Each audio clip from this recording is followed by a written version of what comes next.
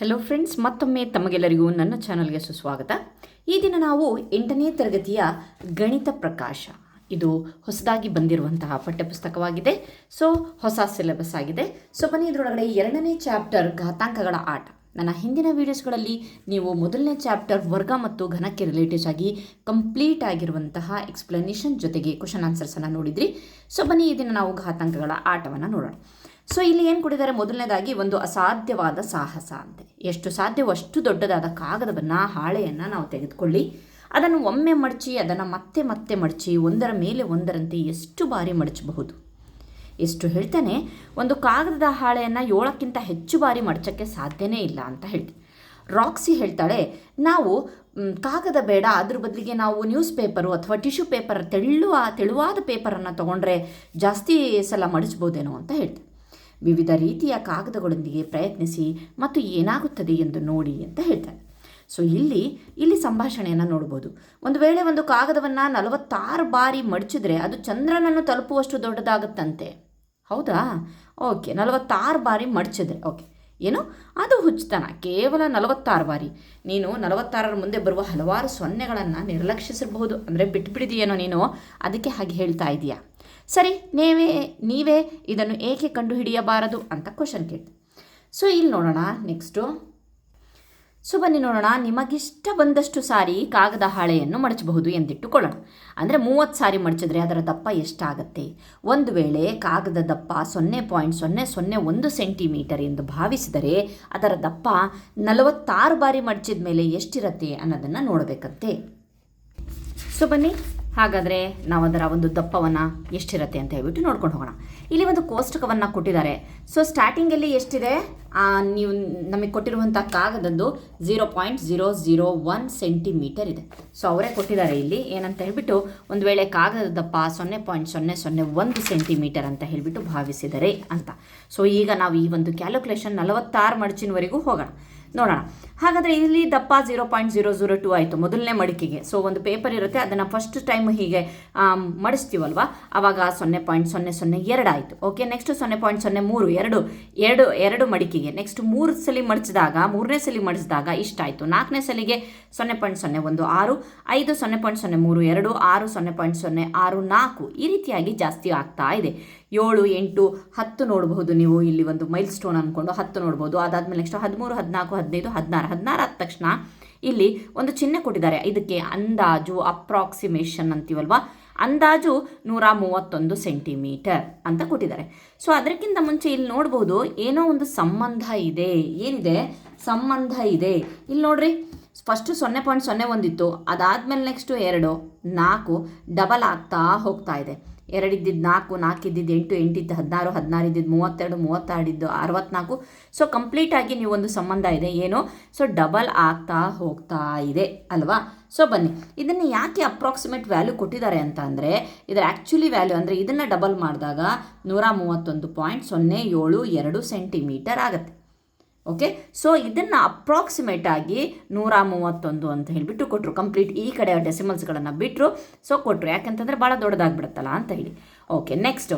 ಹಾಗಾದರೆ 10 ಮಡಿಕೆಗಳ ನಂತರ ದಪ್ಪವು 1 ಸೆಂಟಿಮೀಟರ್ಗಿಂತ ಸ್ವಲ್ಪ ಹೆಚ್ಚಾಗಿದೆ ಅಂತ ಹೇಳ್ತಿದ್ದಾರೆ. ಹೌದಾ? ಇಲ್ಲಿಗೆ 512 ಆಯಿತು. ಇದು ಡಬಲ್ ಮಾಡಿದಾಗ 1 ಸೆಂಟಿಮೀಟರ್ಗಿಂತ 10ಕ್ಕೆ ನೋಡ್ರಿ 1 ಸೆಂಟಿಮೀಟರ್ಗಿಂತ ಜಾಸ್ತಿ ಇದೆ, ಸ್ವಲ್ಪ ಜಾಸ್ತಿ ಇದೆ, 0.24. ನೆಕ್ಸ್ಟ್ 17 ಮಡಿಕೆ ಆದ ನಂತರ 131 ಸೆಂಟಿಮೀಟರ್, ಅಂದರೆ 4 ಅಡಿಗಿಂತ ಸ್ವಲ್ಪ, 4 ಅಡಿ ಅಂತ ಹೇಳ್ತೀವಲ್ವ, ಅದಕ್ಕಿಂತ ಸ್ವಲ್ಪ ಹೆಚ್ಚಾಗಿದೆ. ಓಕೆ, ನೆಕ್ಸ್ಟ್ ಈಗ 30 ಮಡಿಕೆಗಳ ನಂತರ, ಅದಾದಮೇಲೆ 45 ಮಡಿಕೆಗಳ ನಂತರ ನೋಡೋಣ. ಸೊ ಇಲ್ಲಿ ಕ್ಯಾಲ್ಕುಲೇಷನ್ ಮಾಡ್ಕೊಂಡು ಹೋಗಿದ್ದೀವಿ. 18ರದ್ದು 17 ಡಬಲ್ ಮಾಡಿ 18 ಆಯಿತು, 19 ಆಯಿತು, 20 ಆಯಿತು. ಓಕೆ, ನೆಕ್ಸ್ಟ್ 21 ಆಯಿತು. ಸೊ ಎಷ್ಟಾಯಿತು? 21 ಆಯಿತು, 20. ಈಗೆಲ್ಲ ಸೆಂಟಿಮೀಟರ್ ಇದ್ದಿದ್ದು ಮೀಟರಿಗೆ ಕನ್ವರ್ಟ್ ಆಗಿದೆ ನೋಡಿ ಅಲ್ವಾ? ಸೊ ಎಷ್ಟು? 100 ಸೆಂಟಿಮೀಟರ್ ಅಂತ ಅಂದರೆ 1 ಮೀಟರ್ ಅಲ್ವಾ? ಹಾಗಾಗಿಬಿಟ್ಟು ನೋಡಿರಿ 21, 22 ನಾವು ಇಲ್ಲಿ ಯೂನಿಟನ್ನು ಚೇಂಜ್ ಮಾಡ್ಕೊಂಡು ಹೋಗಿ ಇದನ್ನು ಡಬಲ್ ಮಾಡ್ಕೊಂಡು ಹೋಗಿದೆ. ಎಲ್ಲ ಕಡೆಯೂ ಸಹ ನಾವು ಅಂದಾಜಿನ ಒಂದು ಚಿಹ್ನೆಯನ್ನು ಹಾಕಿದ್ದೀವಿ. ನೆಕ್ಸ್ಟ್ 24ಕ್ಕೆ ಇಷ್ಟಾಯಿತು, 25, 26. ನೆಕ್ಸ್ಟ್ ಹಾಗೆ ನೋಡೋಣ, 26 ಮಡಿಕೆಗಳ ನಂತರ ದಪ್ಪ ಎಷ್ಟಾಗಿದೆ? 670 ಮೀಟರ್ ಆಗಿದೆ. ಅಂತಂದರೆ ನಿಯರ್ಲಿ ಅಲ್ವಾ? 665 ಅಂದರೆ 670.6 ಇದೆಯಲ್ವಾ? ಹಾಗಾಗಿ 670 ಅಂದರೆ 670 ದುಬೈನಲ್ಲಿರುವ ಜಗತ್ತಿನ ಅತಿ ಎತ್ತರದ ಕಟ್ಟಡ ಬುರ್ಜ್ ಖಲೀಫಾದ ಹೈಟು 830 ಮೀಟರ್. ಹಾಗಾದರೆ 26ನೇ ಮಡಿಕೆಗೆ ನಾವು ಎಲ್ಲಿಗೆ ಬಂದಿದ್ದೀವಿ ಅಂತಂದರೆ 670 ಮೀಟರಿಗೆ ಬಂದಿದ್ವಿ. ಈಗ 830 ಮೀಟರು ಬುರ್ಜ್ ಖಲೀಫಾ ಅಂತೆ. 27ಕ್ಕೆ ಆಗಲೇ 1000 ಮೇಲೆ ಬಂದುಬಿಟ್ಟು 1.3 kilometre. 1000 kilometre is equal to 1 kilometre is equal to 1000 metre ಅಲ್ವಾ. ಹಾಗಾಗ್ಬಿಟ್ಟು ಇಲ್ಲಿ 1000 ಮೇಲೆ ಜಾಸ್ತಿ ಆಯಿತು, 1.3 ಕಿಲೋಮೀಟರ್ ಆಯಿತು. ಹಾಗೆ ಇಲ್ಲಿ ಇವೆರಡರ ಮಧ್ಯೆ ಇದೆ ಬುರ್ಜ್ ಖಲೀಫಾದ ಹೈಟು. 26 ಮತ್ತು 27ರ ಮಧ್ಯೆ 830 ಬಂದಿದೆ, ಅಲ್ಲಿದೆ ನಮ್ಮ ಬುರ್ಜ್ ಖಲೀಫಾ ಹೈಟು. ಸೊ ಗೊತ್ತಾಯ್ತಾ, 26ಕ್ಕಾಗಲೇ ನಾವು ನಿಯರ್ಲಿ ಬುರ್ಜ್ ಖಲೀಫಾದ ಒಂದು ಎತ್ತರಕ್ಕೆ ರೀಚ್ ಆಗಿದ್ದೀವಿ. 28ಕ್ಕೆ ಇಷ್ಟು, 29ಕ್ಕೆ ಏನೂ ಮಾಡಿಲ್ಲ, ಡಬಲ್ ಮಾಡ್ಕೊಂಡು ಹೋಗಿದ್ದೀನಿ ಅಷ್ಟೇ. ನೆಕ್ಸ್ಟ್ 30 ಮಡಿಕೆಗಳ ನಂತರ ಕಾಗದದ ದಪ್ಪ ಸುಮಾರು 10.7 ಕಿಲೋಮೀಟರ್. ಇದು ವಿಮಾನಗಳು ಹಾರುವ ಸಾಮಾನ್ಯ ಎತ್ತರಕ್ಕೆ ಸಮ. ಅನ್ವೇಷಣೆಯ ಪ್ರಕಾರ ಸಾಗರಗಳಲ್ಲಿ ಅತ್ಯಂತ ಆಳವಾದ ಸ್ಥಳ ಮರಿಯಾನ್ ಟ್ರಂಚ್. ಇದರ ಆಳ 11 ಕಿಲೋಮೀಟರ್. ಅಂದರೆ ಈಗ ನಾವು ಎಲ್ಲಿದ್ದೀವಿ, ಏನು ವಿಮಾನಗಳು ಹಾರ್ತವಲ್ಲ ಅದ್ರ ನಿಯರ್ ಇದ್ದೀವಿ 30 ಮಡಿಕೆಗೆ. ಓಕೆ, ಅಂದರೆ ಅವನು ಹಿಂದಿನ ಪೇಜಲ್ಲಿ 46 ಮಡಿಕೆಗೆ ಚಂದ್ರನ್ವರೆಗೆ ಹೋಗ್ತೀವಿ ಅಂತ ಅಂದರೆ ತಮಾಷೆ ಮಾಡ್ತಾ ಇದ್ದಾನೆ ಅಂತ ಹೇಳಿದ್ವಿ, ಹುಚ್ಚತನ ಅಂತ ಹೇಳಿದ್ವಿ. ನೋಡ್ರಿ 30ಕ್ಕೆ ಆಗಲೇ ನಾವು ಎಲ್ಲಿದ್ವಿ, ವಿಮಾನ ಹಾರುವ ಎತ್ತರಕ್ಕೆ ಹೋಗಿದ್ದೀವಿ. ಆಮೇಲೆ ಮರಿಯಾನ್ ಟ್ರಂಚ್ 11 ಕಿಲೋಮೀಟರ್ ಇದೆ ಅಂತೆ, ನಿಯರ್ ಇದ್ವಿ. ಓಕೆ, ಅತ್ಯಂತ ಆಳವಾದ ಸ್ಥಳನೇ ಅದು. ಓಕೆ, ನೆಕ್ಸ್ಟ್ ನೋಡೋಣ. 31ಕ್ಕಿಷ್ಟು, ಇದೆಲ್ಲ ಇಷ್ಟಕ್ಕೆ ಬಂದುಬಿಟ್ಟು ನಾನು ಸೀದಾ ಇಲ್ಲಿಗೆ ಬರ್ತೀನಿ, 45ಕ್ಕೆ ಬರ್ತೀನಿ. 45ರವರೆಗೆ ಕೊಟ್ಟಿದ್ದಾರೆ 3,40,787. ಅದೇ 46ಕ್ಕೆ ಬಂದಾಗ 6,81,000ಕ್ಕೆ ರೀಚ್ ಆದ್ವಿ. ಕೇವಲ 46 ಮಡಿಕೆಗಳ ನಂತರ ದಪ್ಪ ಎಷ್ಟಾಯಿತು ಆ ಪೇಪರಿಂದು, 7 ಲಕ್ಷ ಕಿಲೋಮೀಟರ್ಗಿಂತ ಹೆಚ್ಚು ಎನ್ನುವ ಅಂಶವನ್ನು ಜೀರ್ಣಿಸಿಕೊಳ್ಳುವುದು ಕಷ್ಟವಾಗಬಹುದು. ನಿಯರ್ಲಿ 7 ಲಕ್ಷ ಇದೆಯಲ್ವಾ, ಅದನ್ನೇ. ಇದು ಗುಣಾಕಾರದ ಬೆಳವಣಿಗೆಯ ಸಾಮರ್ಥ್ಯ. ಇದನ್ನು ನಾವು ಘಾತೀಯ ಬೆಳವಣಿಗೆ ಅಂತ ಹೇಳ್ತೀವಿ. ಸೊ ಈ ರೀತಿಯಾದಂತಹ ಬೆಳವಣಿಗೆಯನ್ನು ನಾವು ಘಾತೀಯ ಬೆಳವಣಿಗೆ ಅಂತ ಹೇಳ್ತೀವಿ. ನೆಕ್ಸ್ಟ್ ನೋಡೋಣ.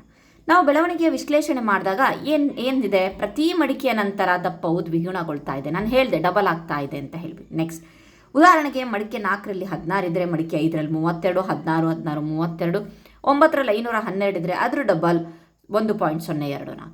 ಓಕೆ, 2 ಮಡಿಕೆಗಳ ನಂತರ ದಪ್ಪದಲ್ಲಿನ ಬದಲಾವಣೆಯನ್ನು ಗಮನಿಸಿ. ಅದು ಎಷ್ಟು ಹೆಚ್ಚಾಗತ್ತೆ. 3 ಮಡಿಕೆಗಳ ನಂತರ ಎಷ್ಟಾಗತ್ತೆ, 2 × 2 × 2. ಸೊ ಬನ್ನಿ ಇಲ್ಲಿ ತೋರಿಸ್ತೀನಿ. ಇದು 2 ಪಟ್ಟಾದರೆ ನೆಕ್ಸ್ಟ್ ಅದರ 2 ಪಟ್ಟು, ನೆಕ್ಸ್ಟ್ 2, ನೆಕ್ಸ್ಟ್ 2. ಸೊ ನಾನೇನು ಮಾಡಿದೆ, 2 2ಲೆ 4. ಸೊ ಈ ಒಂದು 0.00ನ ಬಿಟ್ಟು ಬರೀ ನೆಗ್ಲೆಕ್ಟ್ ಮಾಡಿ 2ನ್ನು ಹೇಳ್ತೀನಿ. 2 2ಲೆ 4, 4 2ಲೆ 8, 8 2ಲೆ 16, 16 2ಲೆ 32. ಡಬಲ್ ಅಂತ ಅಂದರೆ ಏನು, × 2 ಅಂತಾನೆ ಅಲ್ವಾ. ಸೊ ಅದನ್ನೇ ಹೇಳ್ತಾರೆ. ಹಾಗೆ ಯಾವುದೇ ಹಂತದಲ್ಲಿ 10 ಮಡಿಕೆಗಳ ನಂತರ ದಪ್ಪ ಇಷ್ಟು ಆಗತ್ತೆ, 2ನ್ನು 10 ಸಾರಿ ಗುಣಿಸಿದಾಗ ಅಂತ ಹೇಳ್ಬೋದು. ಮಡಿಕೆ 4ರಲ್ಲಿ ಇಷ್ಟಿದ್ರೆ ಮಡಿಕೆ 6ರಲ್ಲಿ ಇಷ್ಟಾಗತ್ತೆ. ಆಯಿತಾ, ಎಷ್ಟು, 4ರಲ್ಲಿ 16 ಆದರೆ 5ರಲ್ಲಿ ಅದ್ರ ಡಬಲ್, 6ರಲ್ಲಿ ಅದ್ರ ಡಬಲ್. ಓಕೆ, ನೆಕ್ಸ್ಟ್ ಇಲ್ಲಿ ನೋಡಬಹುದು ನೀವು ಏನಂತ ಹೇಳಿಬಿಟ್ಟು 0ಯಿಂದ 10ರವರೆಗೆ ಈಗ ಒಂದು ಕನ್ಕ್ಲೂಷನ್ಗೆ ಬರೋಣ. 0ಯಿಂದ 10ರವರೆಗೆ ಇಷ್ಟಿದೆ. 10ರದು ಆಲ್ರೆಡಿ ಇಲ್ಲಿ ಕೊಟ್ಟಿದ್ದಾರಲ್ವಾ, 1.024. ಅದನ್ನು ಬರೆದುಬಿಟ್ಟು ಮೈನಸ್ ಫಸ್ಟ್ ಸ್ಟಾರ್ಟಿಂಗಲ್ಲಿ ಎಷ್ಟಿತ್ತು ದಪ್ಪ, 0.001 ಸೆಂಟಿಮೀಟರ್. ಇದನ್ನು ಮೈನಸ್ ಮಾಡಿದ ತಕ್ಷಣ ಇಷ್ಟಾಯಿತು. ಹಾಗಾದರೆ ಎಷ್ಟು ಹೆಚ್ಚಾಗಿದೆ ಅಲ್ವಾ. ಸೊ ಅದಕ್ಕೋಸ್ಕರ ಏನು ಮಾಡಿದ್ದಾರೆ ಅಂತಂದರೆ ಇಲ್ಲಿ ಡಿವೈಡ್ ಮಾಡಿದ್ದಾರೆ. ಯಾವ ರೀತಿಯಾಗಿ ಡಿವೈಡ್ ಮಾಡಿದ್ದಾರೆ ಅಂತಂದರೆ 1.024 ಡಿವೈಡೆಡ್ ಬೈ 0.001. ಓಕೆ, ಡಿವೈಡ್ ಮಾಡಿದ್ದಾರೆ. ಈ ಪಾಯಿಂಟನ್ನು ತೆಗೆದ್ರೆ ಒಂದೊಂದೇ ಇದಾಗಿದೆ ಅಲ್ವಾ, ಸೊ ಪಾಯಿಂಟ್ ಹೋಗುತ್ತೆ. ಸೊ ಇಲ್ಲೆಷ್ಟು ಉಳಿಯುತ್ತೆ, 1024, ಕೆಳಗಡೆ 1 ಉಳಿಯುತ್ತೆ. ಸೊ ಹಾಗಾಗಿಬಿಟ್ಟು 1024 ಬರುತ್ತಾರೆ. ಓಕೆ, ಅದೇ ರೀತಿ ಇಲ್ಲಿ ಕೆಳಗಡೆ ಬಂದಾಗ ಅದೇ ರೀತಿ ಏನಾಯ್ತಪ್ಪ ಅಂತ ಅಂದರೆ 10.4 × 5 ಡಿವೈಡೆಡ್ ಬೈ ಮತ್ತೆ ಈ 1.024ರಿಂದ ಭಾಗಿಸಿದಾಗ ನಮಗೆ ಉತ್ತರ ಅಗೇನ್ ಇಷ್ಟೇ ಬಂತು. ಸೊ ನೆಕ್ಸ್ಟ್ ಒಳಗೂ ಅಷ್ಟೇ ಬಂತು, ನೆಕ್ಸ್ಟ್ ಒಳಗೂ ಅಷ್ಟೇ ಬಂತು. ಓಕೆ, ನೆಕ್ಸ್ಟ್ ಎಷ್ಟು ಹೆಚ್ಚಾಗ್ತಿದೆ ಅಂದರೆ ಪ್ರತಿ 10 ಸಲ ಮಡಿಸಿದಾಗ ಸೇಮು ವ್ಯಾಲ್ಯೂ ಅಷ್ಟು ಹೆಚ್ಚಾಯಿತು. ಓಕೆ, ನೆಕ್ಸ್ಟ್ ನೋಡೋಣ ಘಾತೀಯ ಸಂಕೇತಗಳು ಮತ್ತು ಕ್ರಿಯೆಗಳು. ಸೊ ಬರೋಣ. ಸೊ ನೋಡೋಣ, ಕಾಗದದ ಆರಂಭಿಕ ದಪ್ಪ 0 ಇಷ್ಟಿತ್ತು. ಈಗ ಇನ್ನೂ ಕಾನ್ಸೆಪ್ಟ್ ಬಿಟ್ಟಿಲ್ಲ, ಇನ್ನೂ ಕಂಟಿನ್ಯೂ ಮಾಡ್ತಾ ಇದ್ದಾರೆ. ಒಮ್ಮೆ ಮಡಿಸಿದಾಗ × 2 ಆಯಿತು. ನೆಕ್ಸ್ಟು ಎರಡನೇ ಸಾರಿ ಮಾಡಿಸಿದಾಗ 2 × 2 ಆಯಿತು. ಸೊ ಮೊದಲನೇದೇ ತೊಗೊಂಡು 2 × 2 ಆಯಿತು. ನೆಕ್ಸ್ಟ್ 2 × 2 ಅನ್ನು ಏನು ಮಾಡ್ಬೋದು, 2ನ್ನು 2 ಸಲ ಬರಿಬೋದು ಅಂತ ಹೇಳಿಬಿಟ್ಟು ಬರಿಬೋದು. 2ನ್ನು 2 ಸಲ ಬರೆದಿದ್ದಾರೆ ಅಂತ ಹೇಳಿ. ನೆಕ್ಸ್ಟು ಇಲ್ಲಿ 2ನ್ನು 3 ಸಲ ಬರೆದಿದ್ದಾರೆ ಅಂತ ಹೇಳ್ಬೋದು. ನೆಕ್ಸ್ಟ್ ನಂಬರ್ನ ಇಲ್ಲಿಂದನೇ ಸ್ಟಾರ್ಟ್ ಮಾಡಿದ್ದಾರೆ, 2ನ್ನು 4 ಸಲ ಬರೆದಿದ್ದಾರೆ ಅಂತ ಹೇಳಿಬಿಟ್ಟು ಇಷ್ಟು ಸಲ 2 × 2 × 2 ಇಂಟು ಮಾಡ್ಕೊಂಡು ಹೋಗೋ ಬದಲಿಗೆ 2ನ್ನು 4 ಸಲ ಬರೆದಿದ್ದಾರೆ, 2ನ್ನು 7 ಸಲ ಬರೆದಿದ್ದಾರೆ ಅಂತ ಹೇಳಿಬಿಟ್ಟು ಸಿಂಪಲ್ ಆಗಿ ಬರೀಬಹುದು. ಇದರ ವರ್ಗ ಸಂಖ್ಯೆಗಳನ್ನು ನಾವು ಎನ್ ಸ್ಕ್ವೇರ್ ಎಂದು, ಘನ ಸಂಖ್ಯೆಯನ್ನು n³ ಎಂದು ವ್ಯಕ್ತಪಡಿಸುವುದು ನಮಗೆ ಗೊತ್ತಿದೆ. ಹಿಂದಿನ ಒಂದು ಪಾಠದಲ್ಲಿ ಆಗಿದೆ ಆಲ್ರೆಡಿ. n × n = n² ಅಂತ ಅಂದರೆ n ವರ್ಗ ಅಥವಾ n ಘಾತವನ್ನು 2ಕ್ಕೆ ಏರಿಸಲಾಗಿದೆ ಅಂತ ಅರ್ಥ. n³ ಅಂದರೆ n ರ ಘಾತ 3ಕ್ಕೆ ಏರಿಸಲಾಗಿದೆ. n × n × n ಎಷ್ಟು ಸಲ ಇದೆ, 4 ಸಲ ಇದೆ. n ಅನ್ನು 4ರ ಘಾತಕ್ಕೆ ಏರಿಸಲಾಗಿದೆ ಅಥವಾ n ನ ಘಾತ 4 ಅಂತ ಹೇಳಿಬಿಟ್ಟು ಓದಬಹುದು. ಸಿಂಪಲ್ ಆಗಿ ನಾವು n ನ ಘಾತ 4 ಅಂತಲೇ ಹೇಳೋದು, ಅಥವಾ ಇಂಗ್ಲೀಷಲ್ಲಿ n⁴ ಅಂತ ಹೇಳಿಬಿಟ್ಟು ಓದು. ಇದು n ರ ಘಾತ 7, n ನ ಘಾತ 7. ಅದೇ ರೀತಿ ಎಷ್ಟು ಸಲ ಹೇಳ್ತೀವೋ ಅಷ್ಟು ಸಲ ನಾವು ಇಲ್ಲಿ ಬರಿಬೇಕಾಗತ್ತೆ n ಘಾತ a. 5ರ ಘಾತ 4 ಇದ್ದರೆ 5ನ್ನು 4 ಸಲ ಗುಣಿಸ್ರಪ್ಪ ಅಂತ ಹೇಳಿ ಅಷ್ಟೇ. 5 × 5 × 5 × 5, 5 × 5 = 25, 25 × 125 125, 625. ಓಕೆ, ನೆಕ್ಸ್ಟ್ ಇಲ್ಲಿ ಕೆಲವು ಟರ್ಮ್ಸ್ಗಳನ್ನು ಕೊಟ್ಟಿದ್ದಾರೆ. ಏನು ಟರ್ಮ್ಸ್ ಅಂತ ಅಂದರೆ ಇಲ್ಲಿ ನೋಡ್ರಿ, 5ರ ಘಾತ 4. ಈ 5ರ ಘಾತ 4ರಲ್ಲಿ ಈ 5ನ್ನು ನಾವು ಆಧಾರ ಸಂಖ್ಯೆ ಅಂತ ಹೇಳ್ತೀವಿ, 4ನ್ನು ನಾವು ಘಾತ ಸಂಖ್ಯೆ ಅಂತ ಹೇಳ್ತೀವಿ. ಆಲ್ರೆಡಿ ಮಕ್ಕಳ ನಾವು 7ನೇ ಕ್ಲಾಸಲ್ಲಿ ಘಾತಾಂಕಗಳು ಪಾಠದಲ್ಲಿ ಇದು ಕಲಿತೇ ಬಂದಿರೋದು ಅಲ್ವಾ. ಸೊ ಸ್ವಲ್ಪ ನಿಮಗೆ ಇಂಟ್ರೊಡಕ್ಷನ್ ಸಿಗಲಿ ಅಂತ ಹೇಳಿಬಿಟ್ಟು ಹೇಳ್ತಾರೆ. ಓಕೆ, ನೆಕ್ಸ್ಟ್ 5ರ ಘಾತ n. ಓಕೆ, ನೆಕ್ಸ್ಟು ಘಾತ 4ನ್ನು ಘಾತಾಂಕ ಅಥವಾ ಘಾತ ಸಂಖ್ಯೆ, 5ನ್ನು ನಾವು ಆಧಾರ ಅಂತ ಹೇಳ್ತೀವಿ. ಓಕೆ, ನೆಕ್ಸ್ಟ್ 5ರ ಘಾತ 1, 2, 3, 5ರ ಘಾತ 3, 5ರ 4, 2ರ ಘಾತ 10 ಅಂತ ಅಂದರೆ 1024. ಈ ಹಿಂದೆ ನಮಗೆ ದೊರೆತ ನಂಬರ್ ಗೊತ್ತಿದೆಯಲ್ವಾ, ಇಲ್ಲಿತ್ತಲ್ಲ ನಂಬರ್, ಅದೇ ಅಂದರೆ 2ರ ಘಾತ 10, 2ನ್ನು 10 ಸಲ ಗುಣಿಸಿದ ಮೇಲೆ ಈ ನಂಬರ್ ಬಂದಿದೆ ಅಂತ ಹೇಳಿಬಿಟ್ಟು ಕೊಟ್ಟಿದ್ದಾರೆ. ಓಕೆ, ಯಾವ ಬೀಜೋಕ್ತಿಯು ಒಂದು ಕಾಗದದ ಹಾಳೆಯನ್ನು 10 ಬಾರಿ ಮಡಚಿದ ನಂತರ ಅದರ ದಪ್ಪವನ್ನು ವಿವರಿಸುತ್ತದೆ? ಆರಂಭಿಕ ದಪ್ಪವನ್ನು v ನಿಂದ ಪ್ರತಿನಿಧಿಸಲಾಗುತ್ತದೆ ಅಂತ ಹೇಳಿಬಿಟ್ಟು ಕೊಟ್ಟಿದ್ದಾರೆ. ಓಕೆ, ನೆಕ್ಸ್ಟ್ ನೋಡೋಣ. ಅಂದರೆ ಇಲ್ಲಿ ಒಂದು ನಾವು ಎಕ್ಸ್ಪ್ರೆಷನ್ ಅಥವಾ ಬೀಜೋಕ್ತಿಯನ್ನು ಬರಿಬೇಕಂತೆ. ಇಲ್ಲಿ ನೋಡ್ಬೋದು 10v ಇದೆ ಅಂತ, ಒಂದು ಕಾಗದದ ಹಾಳೆ 10 ಬಾರಿ ಮಡಚಿದ ನಂತರ ಅದರ ದಪ್ಪ ವಿವರಿಸುತ್ತಂತೆ. ಸೊ ಈಗಲೇ ನಾವು ನೋಡಿದ್ವಿ ಹಿಂದೆ ಒಂದು ಇದರೊಳಗಡೆ 2ರ ಘಾತ 10 ಅಂದರೆ 1024 ಅಂತ ಹೇಳಿ. ಇಲ್ಲಿ ಘಾತದಲ್ಲಿ ಹೇಳಬೇಕಾಗಿತ್ತು, ಇದಾಗಲ್ಲ. ಇದು ಕೂಡಿಸಿ ಹೇಳಿದ್ದಾರೆ, ಇದು ಆಗಲ್ಲ. ಇದು 2 × 10 × v ಅಂತ ಹೇಳಿದ್ದಾರೆ, ಇದು ಆಗಲ್ಲ.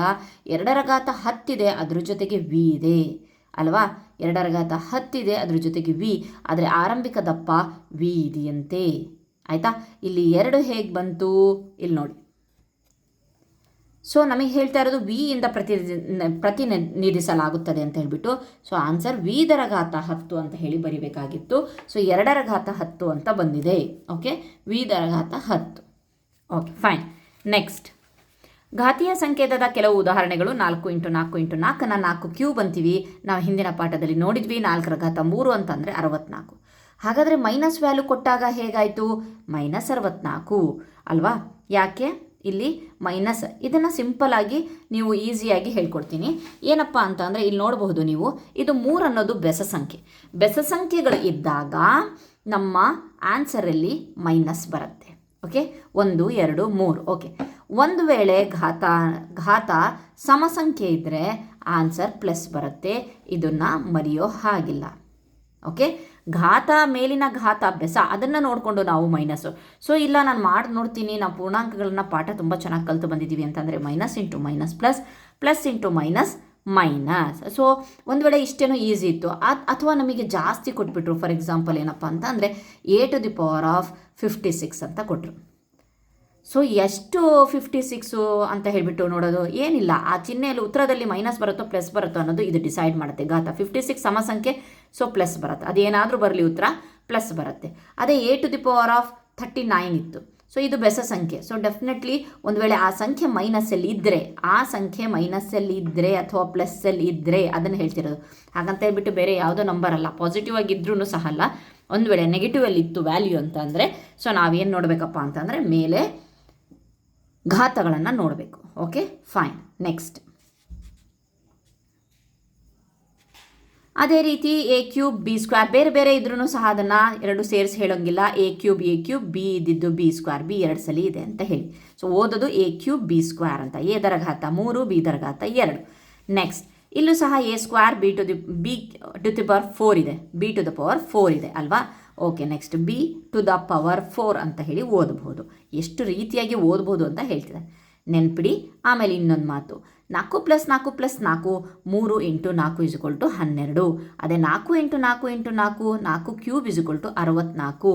ನೆನಪಿರಲಿ ನಿಮಗೆ ಏನಪ್ಪ ಅಂತಂದರೆ, ಯಾವುದೇ ಕಾರಣಕ್ಕೂ ನಾವು 4 + 4 + 4 4 ಕ್ಯೂಬ್ ಅಂತ ಹೇಳಿ ಬರೆಯೋ ಹಾಗಿಲ್ಲ.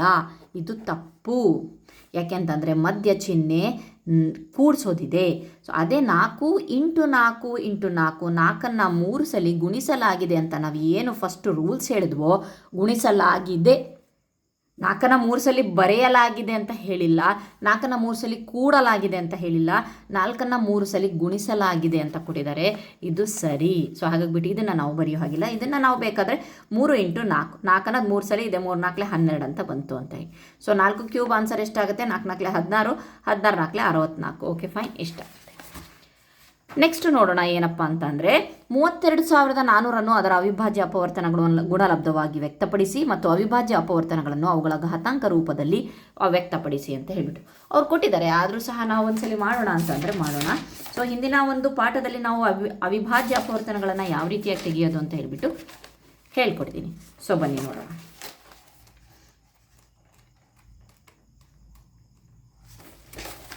ಇದೇ ನಂಬರನ್ನು ತೊಗೊಳ್ಳೋಣ. 32,400 ಮರ್ತಿದ್ರೆ ಮತ್ತೆ ನಾವು ಕರೆಕ್ಟಾಗಿ ಮಾಡೋಣ. ಓಕೆ, ಸೊ ಬನ್ನಿ. ಸೊ ಎರಡನೇ ಮಗ್ಗಿಯಿಂದ ಸಮ ಸಂಖ್ಯೆ ಇದೆ. 2 1 2 1 ಉಳಿತು, 12 ಆಯಿತು. 2 6 12, 2 2 4, ಈ 0 0 ಹಾಗೆ. ನೆಕ್ಸ್ಟ್ 2 8 16, ಅದಾದಮೇಲೆ 2 1 2 0 0 ಉಳಿಯುತ್ತೆ. ಸೊ 2 4 8, 1 ಹೋಗೋದಿಲ್ಲ, 0 ಕಟ್ಟಿ ಇಲ್ಲಿ 10 ಆಯಿತು. 2 5 10, ಆಮೇಲೆ ಈ 0ನ ಹಾಗೆ ಬರೆದ್ವಿ. ನೆಕ್ಸ್ಟ್ 2 2 4 ಮತ್ತೆ 0 ಹಾಗೆ ಬರ್ಕೊಳ್ತೀವಿ. 2 2 4, 1 ಉಳಿತು. 2 5 10. ಈಗ ಇದು ಆಗಲೇ ಬೆಸ ಸಂಖ್ಯೆ ಬಂದಿದೆ, ಎರಡನೇ ಮಗ್ಗಿಯಲ್ಲಿ ಬರೋಲ್ಲ. ಸೊ 5 ಬಿಡಿಯೋದ್ರಿಂದ ನಾವು ಡೈರೆಕ್ಟಾಗಿ 5ನೇ ಮಗ್ಗಿಯಿಂದ ಮಾಡೋಣ. 5 4 20, 2 ಹೋಗೋದಿಲ್ಲ, 0 ಕಟ್ಕೊಂಡ್ವಿ. 5 1 5. ಓಕೆ, ಮತ್ತು 5 8 40, ಅದಾದಮೇಲೆ ನೆಕ್ಸ್ಟು ಸಾರಿ ಹಾಂ ಕರೆಕ್ಟ್ ಇದೆ. 5 8 40, ಇಲ್ಲಿ 5ನ್ನು ಬರಿಬೇಕಾಗಿತ್ತು ನಾನು. 405, 25 ತೊಗೊಬೇಕಾಗಿತ್ತು. 5 5 25 ಅಲ್ವಾ. ಸೊ 81. Okay fine. ನೆಕ್ಸ್ಟು ಮೂರನೇ ಮಗ್ಗಿಂದ ಹೋಗುತ್ತೆ. 3 2 6, ಇನ್ನು 2 ಉಳಿತು. 21 ಆಯಿತು. 3 7 21. ಓಕೆ, ನೆಕ್ಸ್ಟ್ 3 9 27, ಎಲ್ಲಿವರೆಗೆ 1 ಬರುತ್ತೋ ಅಲ್ಲಿವರೆಗೂ ಮಾಡ್ಕೊಂಡು ಹೋಗಿ. 3 3 9, 3 1 3. ಹಾಗಾದರೆ ಇದರ ಅಪವರ್ತನಗಳು ಯಾವ್ದ್ಯಾವುದು ಅಂತಂದರೆ 2 2 2 2. Okay, next 5 5, 3 3 3 3.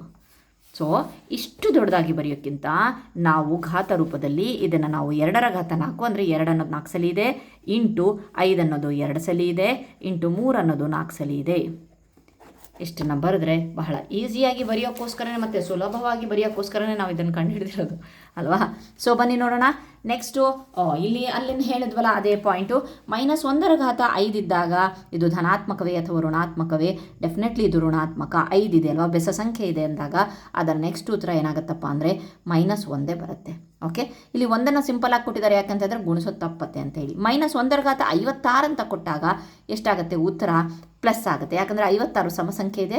ಸೊ +1 ಅಂತ ಹೇಳಿ ಉತ್ತರ ಬರುತ್ತೆ.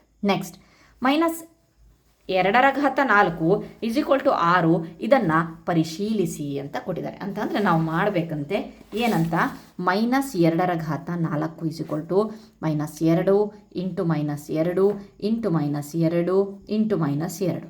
ಓಕೆ, 2 2 4, 4 2 8, 8 2 16. ಓಕೆ, ಈಗ ಚಿಹ್ನೆ ಡಿಸೈಡ್ ಆಗುತ್ತೆ ಇದರ ಘಾತದಿಂದ. 4 ಇದೆ, ಸೊ ಹಾಗಾಗಿಬಿಟ್ಟು ಪಾಸಿಟಿವ್ ಆಗಿರುತ್ತೆ 16. ಸೊ ಕರೆಕ್ಟ್ ಇದೆಯಲ್ವಾ? ಸೊ ಪರಿಶೀಲಿಸಲಾಗಿದೆ. Okay fine. ನೆಕ್ಸ್ಟ್ ಇಲ್ಲಿ ಕಂಡುಹಿಡಿಯಿರಿ ಅಂತ ಕೊಟ್ಟಿದ್ದಾರೆ. ಕೆಳಗಿನವುಗಳನ್ನು ಘಾತಾಂಕ ರೂಪದಲ್ಲಿ ವ್ಯಕ್ತಪಡಿಸಿ ಅಂತ ಹೇಳಿಬಿಟ್ಟು ಕೊಟ್ಟಿದ್ದಾರೆ. ಮೊದಲನೇದಾಗಿ ಮೊದಲನೇದು 6 × 6 × 6 × 6 ಇದೆ, 6ರ ಘಾತ 4. ಬಿ ವೈ × ವೈ ಅದೇನೇ ಆಗಿರ್ಬೋದು, ವೈದರ ಘಾತ 2 ಅಥವಾ ವೈ ಸ್ಕ್ವೇರ್. ಆಮೇಲೆ ನೆಕ್ಸ್ಟು ಬಿ ದರ ಘಾತ 4 ಇದೆ. 5ರ ಘಾತ 2, 7ರ ಘಾತ 3, ಎರಡನ್ನೂ ಸಹ ಮಧ್ಯೆ ಇಂಟು ಚಿಹ್ನೆ ಹಾಕ್ಕೊಂಡು ಮಾಡಬೇಕು. ಓಕೆ, ನೆಕ್ಸ್ಟ್ 2ರ ಘಾತ 2 × ಎ ದರ ಘಾತ 2. ನೆಕ್ಸ್ಟ್ ಎ ದರ ಘಾತ 3, ಸಿ ದರ ಘಾತ 4, ಡಿ ದರ ಘಾತ 1. ಅನ್ನೋದು ಮೆನ್ಷನ್ ಮಾಡಿದ್ರೂ ನಡೆಯುತ್ತೆ, ಇಲ್ಲ ಅಂತಂದ್ರೂ ನಡೆಯುತ್ತೆ. ಯಾಕೆಂತಂದರೆ ಇಲ್ಲಿ ಏನು ಇಲ್ಲ ಅಂತಂದರೆ ಅಲ್ಲಿ 1 ಇದೆ ಅಂತ, ಅಂದರೆ ಡಿ ಒಂದ್ಸಲಿ ಬರ್ದಿದ್ದೀವಲ್ವ, ಹಾಗಾಗ್ಬಿಟ್ಟು ಒಂದ್ಸಲಿ ಇದೆ ಅಂತ ಹೇಳ್ಬಿಟ್ಟು. ನೆಕ್ಸ್ಟ್ ನೋಡೋಣ, ಕೆಳಗಿನ ಪ್ರತಿಯೊಂದನ್ನು ಅವುಗಳ ಅವಿಭಾಜ್ಯ ಅಪವರ್ತನಗಳ ಘಾತಗಳ ಗುಣಲಬ್ಧವಾಗಿ ಘಾತೀಯ ರೂಪದಲ್ಲಿ ಬರೆಯಿರಿ. ನಾವೀಗ ಜಸ್ಟ್ ಮಾಡಿದ್ವಲ್ವ 32,400, ಆ ರೀತಿ ಮಾಡಿ ಅಂತ ಕೊಟ್ಟಿದ್ದಾರೆ. ಇಲ್ಲಿ ನೋಡ್ಬೋದು, 2 3 6, 2 2 4, 2 4 8, 2 1 2, 2 6 12, 2 2 4, 2 16 ಬಂತಲ್ವಾ, ಸಾರಿ ಇಲ್ಲಿ 1 ಆಗಿಬಿಟ್ಟಿತ್ತು. 2 8 16, ನೆಕ್ಸ್ಟು 2 1 2, ಮತ್ತು 3 2 ಅಲ್ಲಿ ಹಿಂದಿನ ಒಂದು 80ಇಂದ ನಾವು ಕ್ರಾಸ್ ಮಾಡ್ಕೊಂಡು ಬಂದ್ವಲ್ವ, 3 2 6, 3 7 21, 3 3 9 27, 3 3 1. ಅದನ್ನು ನಾವು ಘಾತೀಯ ರೂಪದಲ್ಲಿ ಇಲ್ಲಿ ಬರೆದುಬಿಟ್ಟು 2ರ ಘಾತ 3 × 3ರ ಘಾತ 4. ಓಕೆ, ಇದು ಮೊದಲನೇ ಕ್ವಶನ್ಗೆ ಉತ್ತರ. ಓಕೆ ಫೈನ್, ನೆಕ್ಸ್ಟ್ ನೋಡೋಣ.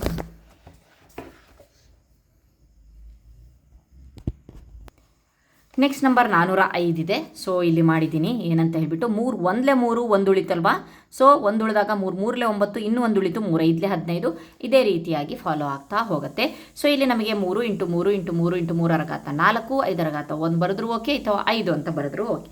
ನೆಕ್ಸ್ಟ್ ನಂಬರ್ 540 ಸಹ ಇದೇ ರೀತಿಯಾಗಿ ಬರೆದಿದ್ವಿ. ಆದಷ್ಟು ಸಮಸಂಖ್ಯೆ ಅಂತಂದರೆ 2ರಿಂದನೇ ಸ್ಟಾರ್ಟ್ ಮಾಡಿ ಮಕ್ಕಳ. Okay fine. ನೆಕ್ಸ್ಟ್ 3ರಿಂದ ಹೋಗುತ್ತೆ, ಲಾಸ್ಟಿಗೆ 5ರಿಂದ ಹೋಗುತ್ತೆ. 5 ಅಲ್ಲಿ ನಾವು ಹಿಂದಿನ ಒಂದು ಚಾಪ್ಟರಲ್ಲಿ ವರ್ಗ ಸಂಖ್ಯೆ ಘನ ಸಂಖ್ಯೆ ಮಾಡಿದಾಗ ಒಂದು 5 ಮಿಸ್ಸಿಂಗ್ ಇತ್ತು, ಪೂರ್ಣ ವರ್ಗ ಸಂಖ್ಯೆ. ಇಲ್ಲಿ ಕಾನ್ಸೆಪ್ಟ್ ಇಲ್ಲ, ಇಲ್ಲಿ ಅಪವರ್ತನಗಳನ್ನು ಬರೆದ್ರೆ ಆಯಿತು. 2ರ ಘಾತ 2, 3ರ ಘಾತ 3, 5 ಒಂದ್ಸಲ ಇದೆಯಾ ಬರೀರಿ 5. Okay, next 3600. ಓಕೆ ಫೈನ್, 3600 ಸಹ ಈ ರೀತಿಯಾದಂಥ ಅಪವರ್ತನಗಳು. 2ರ ಘಾತ 4, 3ರ ಘಾತ 2, 5ರ ಘಾತ 2. ನೆಕ್ಸ್ಟ್ ನೋಡೋಣ, ಕೆಳಗಿನ ಪ್ರತಿಯೊಂದರ ಒಂದು ಸಂಖ್ಯಾತ್ಮಕ ಬೆಲೆ ಮೌಲ್ಯವನ್ನು ಬರೆಯಿರಿ ಅಂತ ಹೇಳ್ಬಿಟ್ಟು. ಅಂತಂದರೆ ಮೌಲ್ಯ ಅಂತಂದರೆ ಈಗ ಬೆಲೆ ಕಂಡುಹಿಡಬೇಕು. ಇಷ್ಟೋದರಿಗೆ ಬರೀ ಘಾತಾಂಕ ರೂಪದಲ್ಲಿ ಮಾಡಿದ್ವಿ, ಬೆಲೆಯನ್ನು ಕಂಡುಹಿಡೋಣ. 2ರ ಘಾತ × 10ರ ಘಾತ 3 ಇದೆ. 2 ಅಂತ ಹೇಳಿ 2 ಇಂಟು ಬರೆದು 10ನ್ನು 3 ಸಲ ಬರೀಬೇಕು.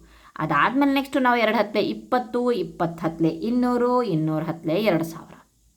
ಓಕೆ, ನೆಕ್ಸ್ಟ್ 7ರ ಘಾತ 2, 2ರ ಘಾತ 3, 7 × 7, 2ರ ಘಾತ 2ನ್ನು 3 ಸಲ ಬರೆದ್ವಿ. 7 7 49, 2 2 4, 4 2 8. ಇವೆರಡನ್ನು ಸಹ ಒಂದೇ ಸಲ ಎಲ್ಲವನ್ನು ಗುಣಿಸಿ ಮೆಸ್ ಮಾಡ್ಕೋಬೇಡಿ.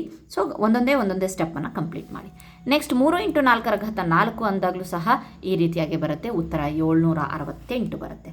ನೆಕ್ಸ್ಟ್ ನೋಡೋಣ, -3ರ ಘಾತ 2, -5ರ ಘಾತ 2, -3 × -3, -5 × -5, 3 3 9, 2 ಇರೋದ್ರಿಂದ ಪ್ಲಸ್ಸೇ ಇರುತ್ತೆ. 5 5 25, ಇಲ್ಲೂ 2 ಸಮಸಂಖ್ಯೆ ಇರೋದ್ರಿಂದ ಪ್ಲಸ್ಸೇ ಇರುತ್ತೆ. ಅಂತ ಅಂದರೆ ಅವುಗಳ ಒಂದು ಮೈನಸ್ ವ್ಯಾಲ್ಯೂ ಇರಲ್ಲ. ಒಂದು ವೇಳೆ ಮೈನಸಲ್ಲಿ ಬಂತು ಅಂದರೆ ಮತ್ತೆ ನಾವು ಇದ್ರ ಬ್ರಾಕೆಟಲ್ಲಿ ಬರೀತೀವಿ. ಇದೆರಡು ಗುಣಿಸಿದಾಗ 225 ಆಯಿತು. 3ರ ಘಾತ 2, 10ರ ಘಾತ 3, 3 9. ಈ ರೀತಿಯಾಗಿ 10ರ ಒಂದು ಘಾತಗಳನ್ನು ಬರೆದಾಗ 1 2 3 4. ಉತ್ತರದಲ್ಲಿ 4 0 ಬರೆದುಬಿಟ್ರೆ ಭಾಳ ಈಸಿಯಾಗಿ ಮಾಡ್ಬೋದು. ನೆಕ್ಸ್ಟ್ ಇಲ್ಲಿ -2ರ ಘಾತ 5 ಇದೆ, -10ರ ಘಾತ 6 ಇದೆ. ಇಲ್ಲಿ ಬಂದಿದೆ ನೋಡಿ ನೆಗೆಟಿವ್ ವ್ಯಾಲ್ಯೂ. 2ನ್ನು 5 ಸಲ ಬರ್ದಿದ್ದೀವಿ, 10ನ್ನು 6 ಸಲ ಬರ್ತೀವಿ. 1 2 3 4 5 6. ಇಲ್ಲೇನೋ ನಿಮಗೆ ಉತ್ತರ ಮೈನಸ್ ಬರುತ್ತೆ, ಇಲ್ಲಿ ಗುಣಿಸಿದಾಗ ಮೈನಸ್ ಬರುತ್ತೆ, ಇಲ್ಲಿ ಪ್ಲಸ್ ಬರುತ್ತೆ. ಹಾಗಾಗಿಬಿಟ್ಟು ಇಲ್ಲಿ ನೋಡಿರಿ 2 2 4 4 2 8 8 2 16 16 2 32. ವ್ಯಾಲ್ಯೂ ಏನಾಯಿತು, ಮತ್ತೆ ಮೈನಸನ್ನು ಗುಣಿಸ್ಕೊಂಡು ಕೂರಬೇಡಿ. 5 ಇರೋದ್ರಿಂದ ಮೈನಸ್ ಆಯಿತು, -32. ಇದು ಎಷ್ಟು ಸೊನ್ನೆಗಳಿದ್ದಾವೆ, 1 2 3 4 5 6 6 ಸೊನ್ನೆಗಳನ್ನು ಬರೆದುಬಿಟ್ಟೆ. ಓಕೆ, 10 ಲಕ್ಷ. 32 × 10 ಲಕ್ಷ ಮಾಡಿದಾಗ ಎಷ್ಟಾಯಿತು, 3 ಕೋಟಿ ಆಯಿತು. ವ್ಯಾಲ್ಯೂ ಮಾತ್ರ ನೆನ್ಪಿಟ್ಕೊಳ್ರಿ, ಚಿಹ್ನೆ ಮಾತ್ರ ಇದರ ಮೈನಸ್ ಇದೆಯಲ್ವಾ ಆ ಚಿಹ್ನೆ ಬರುತ್ತೆ.